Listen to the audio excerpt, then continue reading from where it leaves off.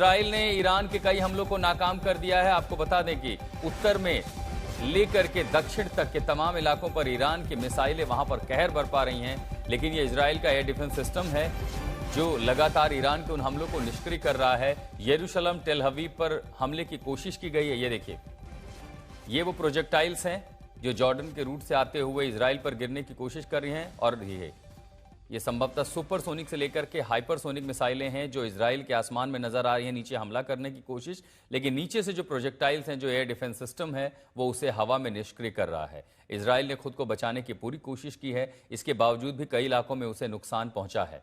और इन सब के बीच ट्रंप का दावा कि ईरान के हथियारों का जखीरा धीरे धीरे खत्म हो रहा है, लेकिन उसके बावजूद मध्य एशिया में कई ठिकानों पर हमले लगातार जारी हैं।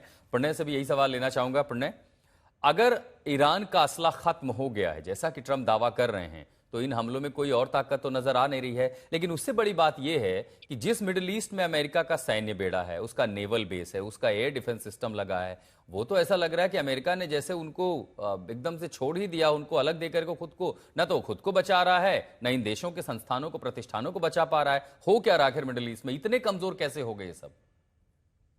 नहीं, ऐसा नहीं है कि पूरी तरह से कमजोर हो गए हैं आशुतोष, लेकिन ये जो तस्वीरें सामने आ रही हैं, देखिए ईरान की तरफ से शाही ड्रोन और ईरान की तरफ से मिसाइलें लगातार दागी जा रही हैं। दूसरी तरफ ये है कि इन तमाम देशों के पास में एयर जी, आप अपनी बात पूरी नहीं है, करें। क्योंकि जी, मैं कह रहा हूँ कि एयर डिफेंस सिस्टम इन देशों के पास में है, लेकिन एयर डिफेंस सिस्टम हर शहर के अंदर और हर शहर के हर इलाके के अंदर नहीं है। और ये बात ईरान अच्छी तरीके से जानता है। किसी भी एयर डिफेंस सिस्टम की एक क्षमता होती है, और जब आप बहुत बड़ी संख्या के अंदर प्रोजेक्टाइल्स भेजते हैं, तो वो हम्म। ओवर जो एयर डिफेंस सिस्टम है वो ओवरवेल्म हो जाता है और उसके अंदर छेद हो जाते हैं। और यही ईरान अच्छी तरीके से जानता है। हमने 12 दिन की लड़ाई के अंदर भी देखा कि ईरान ने किस तरीके से जो इजराइल का आयरन डोम है, जो काफी अभेद्य माना जाता है, उसको भी भेद दिया था, और कई और मिसाइलें जो ड्रोन है के वो साथ ये गिरी थी माना भी इजराइल जाता के है कि अंदर। उनका आकार इस तरह का है कि कई बार जो एयर डिफेंस सिस्टम है उसको इंटरसेप्ट नहीं कर पाता।